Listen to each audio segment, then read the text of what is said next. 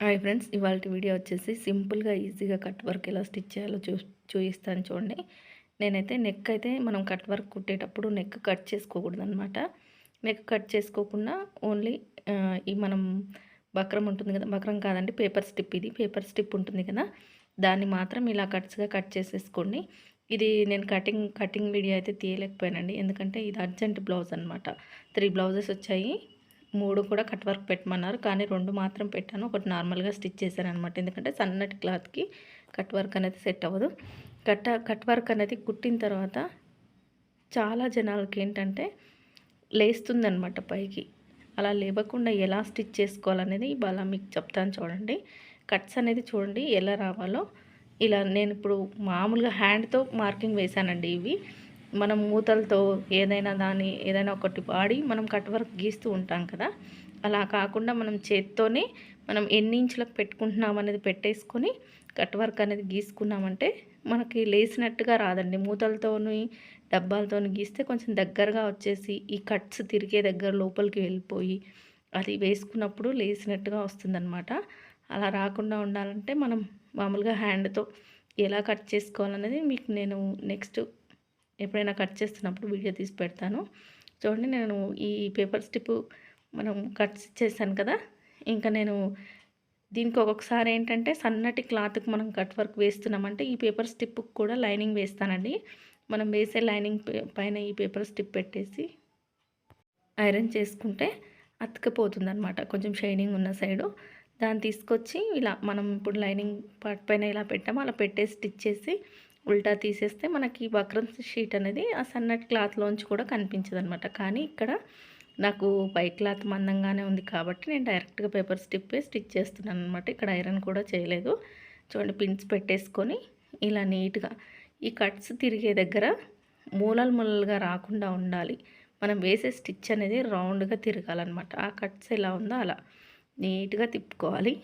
చాలా సింపుల్గా ఈజీగా కుట్టేసి ఈ బ్లౌజ్కి వేస్తే నేనైతే 350 అడిగానండి, కానీ వాళ్ళు 300 ఇస్తాము, ఎప్పుడు వస్తాం కదా మీ దగ్గరికి తీసుకోండి అని చెప్పారు. సర్లే, ఇంకా వాళ్ళు ఫ్రంట్ వద్దన్నారండి, ఓన్లీ బ్యాక్ హ్యాండ్స్కి మాత్రమే పెట్టమన్నారు. ఇంకా ఎప్పుడు వస్తారు కదా మన కస్టమర్స్ అని చెప్పేసి 300కి అయితే ఒప్పేసుకొని 2 బ్లౌజెస్ అయితే కట్ వర్క్ పెట్టాను. ఒక బ్లౌజ్ వచ్చేసి మామూలుగా స్టిచ్ చేశాను అనమాట. ఇది నేను సాయంత్రం టైంలో కట్ చేశానండి. 5:30 అయ్యిందనమాట నేను కట్ చేసేసరికి. ఇంకా నేను 5:30, 6కి అలాగా పెట్టేసుకొని నేను నైట్ లోపల 2 స్టిచ్ చేశాను. అంటే నేను ఒక 600 రూపాయలు పని చేశానమాట. ఇలా మనం స్టిచ్చింగ్ చేయడం నేర్చుకుంటే మంచి బెనిఫిటే ఉంటుంది. నేర్చుకోవాలి, అలాగే చేస్తూ ఉండాలన్నమాట, ఖాళీగా ఉండకూడదు. చూడండి, నేను కట్స్ కుట్టేశాను కదా, ఆ కట్స్ ఎలా కుట్టామో అలా క్లాత్ అనేది కట్ చేసుకోవాలి. మరీ లోపలికి కట్ చేయకూడదండి క్లాత్ అనేది. కొంచెం క్లాత్ అనేది ఉండాలి, ఎందుకంటే మనం కట్స్ పెట్టినప్పుడు ఉల్టా తీసినప్పుడు పెకులుకుపోయే అవకాశం ఉంటుంది కాబట్టి అలా లేకుండా ఇలా నీట్గా కట్ చేసేసుకోవాలి. చూడండి, ఇప్పుడు నేను కుట్టే కట్ వర్క్కి ఇంతకుముందు నేను ఒక వీడియో పెట్టాను కట్ వర్క్కి, దానికి చాలా తేడా ఉందండి. అదేంటంటే ఒక బాటిల్ సాయంతో కట్స్ గీసాను అనమాట. చాలా చిన్నగా వచ్చాయి, కొంచెం దగ్గరగా వచ్చాయన్నమాట. ఇది ఓన్లీ హ్యాండ్తో చేయితో మాత్రం గీసుకున్నాను కాబట్టి అన్ని కట్స్ సమానంగా వచ్చాయి. నాకు ఈజీగా రిటర్న్ తిరిగాయి, మంచి రౌండ్ షేప్ వచ్చిందనమాట. ఈ మధ్యలో చిన్న చిన్న టక్స్ ఇచ్చేసుకోవాలి. ఇలా ఈ టక్స్ ఇవ్వడం వల్ల షేప్ అనేది కరెక్ట్గా వస్తుంది. మనం వేసిన కుట్టు దాటి మాత్రం ఇవ్వకూడదండి, కొంచెం జాగ్రత్తగా ఇవ్వండి బిగినర్స్ అయితే. ఇలా చాలామంది పేపర్ స్టిప్ వేయకుండా కట్ వర్క్ కుడుతూ ఉంటారు. లేదండి, కట్ వర్క్కి పేపర్ స్టిప్ వేయండి. వేస్తే స్టిప్గా ఉండి కూడా లేసినట్టుగా రాకుండా నీట్గా ఉంటుందన్నమాట. బ్లౌజ్ వేసుకున్నప్పుడు కస్టమర్స్ బాడీ పైన కట్స్ లేస్తూ ఉంటాయన్నమాట. అలా లేవకుండా ఉండాలంటే ఇలా పేపర్ స్టిప్ అనేది ఖచ్చితంగా వాడితే కొంచెం స్టిప్గా ఉంటుంది. చూడండి, ఇంకా నేను రౌండ్ తిరిగే దగ్గర కూడా చిన్న చిన్న కట్స్ అయితే ఇచ్చేసుకున్నాను. ఇప్పుడు దీన్ని ఉల్టా తీసేస్తాను అనమాట. దీనికి పైపింగ్ కూడా వేసుకోవచ్చండి, కానీ చాలా టైం పడుతుంది. మనం అంత టైం స్పెండ్ చేసినప్పుడు కస్టమర్స్ కూడా అంత అమౌంట్ ఇవ్వాలి కదా, మనం అంత పైపింగ్ కూడా ఇచ్చినప్పుడు అంత ఇవ్వరనమాట మా దగ్గర వచ్చేసి. ఇంకా వాళ్ళు పైపింగ్ అడగలేదు, నేను నార్మల్గానే స్టిచ్ చేస్తున్నాను. చూడండి, ఇలా నీట్గా మనం వేలి సాయంతో ఇలా ఉల్టా తీసేసుకోవాలి. కొంచెం ఈ కట్స్కి వేసే కుట్టు అనేది కొంచెం సన్న కుట్టు వేయాలన్నమాట. సన్న స్టిచ్ వేస్తే నీట్గా వస్తుంది. ఇంకా ఈ మూలల దగ్గర ఇలా కొంచెం అటు ఇటుగా ఇలా తిప్పేసినట్టుగా అంటే మనకు నీట్గా వస్తుంది. ఎక్కడైనా కొంచెం పట్టేసినట్టుగా ఉంటే అక్కడ మాత్రం కొంచెం కుట్టు విప్పినట్టుగానండి నీట్గా ఉంటుందన్నమాట కట్స్ అనేది. చూడండి స్టిప్ వేయడం వల్ల చాలా స్టిప్గా ఉంటాయి ఈ కట్స్ అనేది, పేపర్ స్టిప్ వేయడం వల్ల. ఇప్పుడు ఈ విధంగా ఉల్టా తీసేసుకొని ఇప్పుడు పైనుంచి మనం ఇంకొక స్టిచ్ వేసేటప్పుడు మన చేతిలో ఒక పిన్ అనేది ఖచ్చితంగా పెట్టుకోవాలి, సూది కానీ పిన్ కానీ. ఎందుకంటే కొన్నిసార్లు ఒక్కొక్క కట్స్ కొన్ని లోపలికి వెళ్ళిపోయి ఉంటాయి అన్నమాట. ఇలా సూది సాయంతో బయటికి లాగుతూ కొంచెం బయటికి ఎక్కువగా ఉన్నాయి కొంచెం లోపలికి నెట్టుతూ షేప్ కోసం మనం నీట్ షేప్ రావాలి కదా ఫినిషింగ్, దానికోసం ఇక ఇప్పుడు చూడండి నేను లాగుతున్నాను లోపలికున్న కట్స్ని.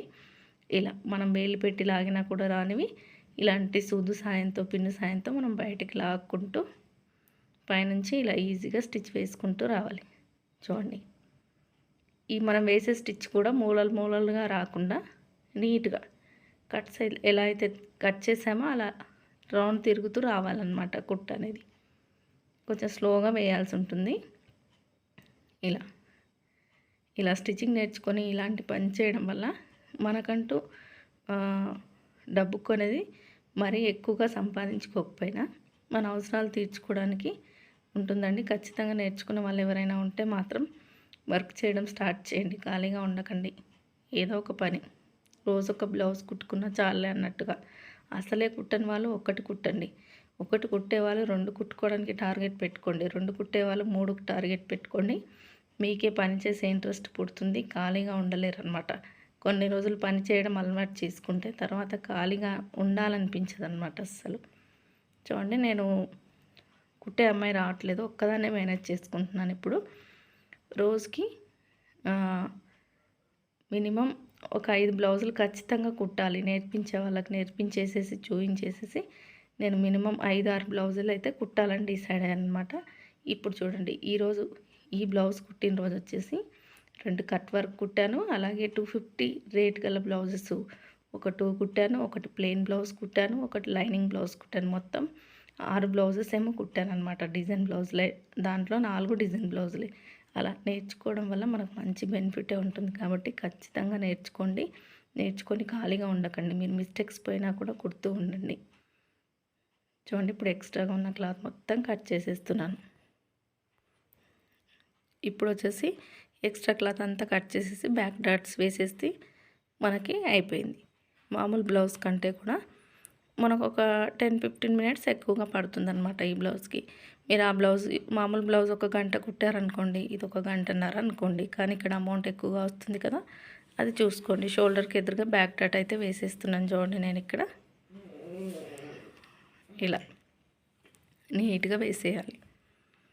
ఇప్పుడు వచ్చేసి బ్యాక్ పట్టే అతుక్కుంటున్నాను. నేను మొత్తం బ్లౌజ్ స్టిచ్చింగ్ అయితే ఏం చూపించట్లేదండి, ఓన్లీ స్కాలప్ వరకే. అంటే ఈ నెక్కు వేసిన కట్ వర్క్ వరకే, అలాగే హ్యాండ్స్ కూడా కట్ వర్క్ వేసాను అనమాట. అది కూడా ఒక హ్యాండ్కి ఎలా వేసాను అనేది చూపిస్తున్నాను. ఇది ఈ పట్టి వచ్చేసి నడుము పట్టి కత్తుక్కోవడానికి. చూడండి ఇలా బ్యాక్ పట్టు అనేది కొంచెం మందంగానే ఉంటేనే బ్లౌజ్ ఫిట్టింగ్ బాగుంటుందండి. అందుకని నేను 2 ఇంచుల వెడల్పు తీసేసుకొని ఇలా సరిపడా పొడవు తీసేసుకుంటాను. డబుల్ ఫోల్డింగ్ మీద హెమ్మింగ్ పెట్టేస్తాను అనమాట. సింగిల్ ఫోల్డింగ్ అసలు పెట్టను. ఈ అంచు ఉంటే చాలామంది సింగిల్ ఫోల్డింగ్ మర్చేస్తారు, నేనైతే పెట్టనండి. ఇప్పుడు నేను ఎలా వేస్తానో మీరు చూడండి. ఇక్కడ చూడండి సింపుల్ ఈజీ మెథడ్ ఉంటుందన్నమాట నా బ్లౌజ్ అనేది. ఇలా బ్యాక్ డాట్ దగ్గర చిన్న చిన్న టక్స్ పెట్టేసుకోవాలి. పైనుంచి ఇంకొక స్టిచ్ ఇలా వేసేసుకొని ఇప్పుడు మనము ఎక్స్ట్రాగా తీసుకున్నాం కదా వెడల్పు అనేది, దాన్ని ఒక ఫోల్డింగ్ చేయాలన్నమాట. ఫస్ట్ ఈ విధంగా ఈ డాట్ పెట్టిన దగ్గర కూడా మర్చేసుకోవాలి, డాట్తో సహా నీట్గా ఫిల్ట్ పెడతాం కదా అక్కడ.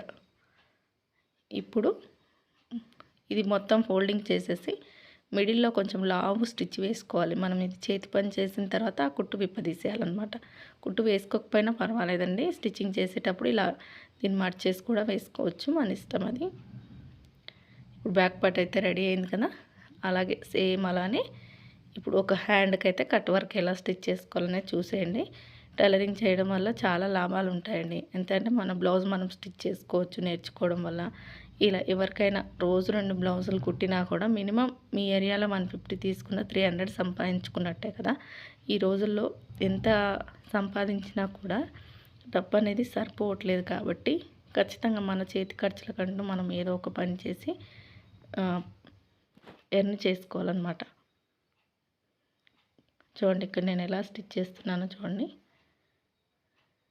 నేను ఆల్రెడీ పేపర్ స్ట్రిప్ కట్ చేసి పెట్టాను కదా, పిన్స్ పెట్టేసుకుంటున్నాను, ఈజీగా అయిపోతుంది. ఈ విధంగా నీట్గా స్టిచ్ వేసుకుంటూ రావాలి. మీలో ఎంతమంది టైలరింగ్ నేర్చుకొని స్టిచ్చింగ్ చేయకుండా ఎవరో ఒకరు బాగా కుదరలేదని చెప్పేసి నాకు రాదు, ఇంకా నేను బయట వాళ్ళ కుట్టలేను, నాకు సెట్ అవ్వట్లేదని వదిలేశారో కామెంట్ చేయండి. మీకు మంచి మోటివేషన్ వీడియోస్ అయితే పెడతానండి. మిమ్మల్ని మోటివేట్ చేస్తూ మీరు వర్క్ చేసుకునేటట్టు నేను చెప్తాను. నేను ఏదో వీడియో కోసం మాట్లాడండి, ఉన్నది ఉన్నట్టుగా మాట్లాడమే నాకు అలవాటు అనమాట. అంటే ఏదైతే జరుగుతుందో అదే చెప్తానన్నమాట. ఏదో యూట్యూబ్లో ఏదో చెప్పేసి ఏదో మాట్లాడడం నాకు అది సెట్ కాదు. నేను జరిగేదే చెప్తాను. నా విషయంలో జరిగిందే మీకు మోటివేషన్గా చెప్తాను. కాబట్టి మీరు ఎవరైనా స్టిచ్చింగ్ వచ్చి కూడా కుట్టలేకపోతున్నాము, మాకు వర్క్ రావట్లేదు, ఏం చేయాలి అనుకుంటే మాత్రం మంచి మంచి పాయింట్స్ అయితే మీకోసం చెప్తానండి.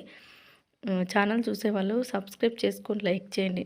నాకేంటో వ్యూస్ బాగా వస్తాయి కానీ సబ్స్క్రైబర్స్ పెరగరు. ఎందుకంటే నేను నిజాలే మాట్లాడతాను. నేను అబద్ధాలు మాట్లాడలేను. లేనిది ఉన్నట్టుగా, ఉన్నది లేనట్టుగా అస్సలు చెప్పలేను అనమాట. అది వీడియోస్ కోసము, సబ్స్క్రైబర్స్ పెంచుకోవడం కోసము ఏదో ఒకటి మాట్లాడే నైజం అయితే నాది కాదు. ఉన్నది ఉన్నట్టుగా మాట్లాడతానన్నమాట. కాబట్టి మీలో ఎవరైనా స్టిచ్చింగ్ వచ్చి వర్క్ చేయలేకపోతున్నాము, ఏదో ఒకటి 2 బ్లౌజులు కుట్టి చూసాము, కుదరట్లేవు, అందుకని చెప్పేసి ఆపేసాము అనుకునే వాళ్ళు కమెంట్ చేయండి. మీకోసం మంచి మోటివేషన్ వీడియోస్ అయితే ఖచ్చితంగా పెడతానన్నమాట. నేను స్టిచ్చింగ్ చేస్తూ మీకు మిమ్మల్ని కూడా స్టిచ్చింగ్ చేసేలాగా చేస్తాను. ఎందుకంటే మన అవసరాలు అలాంటివి, ఖచ్చితంగా చేయాల్సిందే, చెయ్యాలి. చేయడం అలవాటు చేసుకుంటే మనం చేయకుండా ఉండలేమన్నమాట. మనం ఫస్ట్ దేనికైనా అలవాటు పడాలి. చేయడానికి అలవాటు పడితే మనం ఖాళీగా అస్సలు కూర్చోలేం, ఖచ్చితంగా చేస్తామన్నమాట. ఎవరైనా ఎందుకు నీకు అవసరం అన్నా కూడా మనం ఉండలేమన్నమాట. ఎందుకంటే మనం అలవాటు అయిపోయి ఉంటాం. మనం అది చేస్తేనే మనకు తృప్తి అనమాట. అలా నాకైతే రోజుకు ఇన్ని కుట్టాలి అనుకొని పెట్టేసుకుంటే కుట్టేస్తానన్నమాట.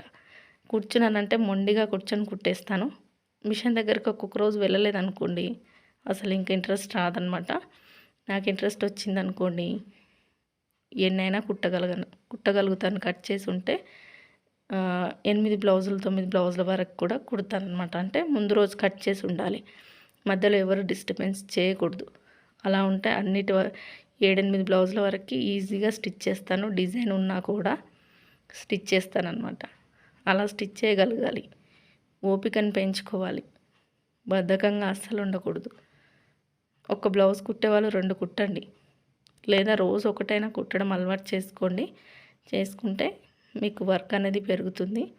ఎవరో ఒకరు ఇస్తారండి, మాకు వర్క్ రాదనకండి. ఎవరో ఒకరు మన కోసం మనల్ని ఎంకరేజ్ చేయడానికి మన ఇంటి పక్కన, మన ఇంటి వెనకాల ఎవరో ఒకరు ఇస్తూ ఉంటారు. అవి తీసుకొని స్టిచ్ చేస్తూ ఉంటేనే మీరు స్టిచ్చింగ్ చేస్తున్నారు పలానా వాళ్ళు అనేది బయటికి తెలుస్తుంది కదా.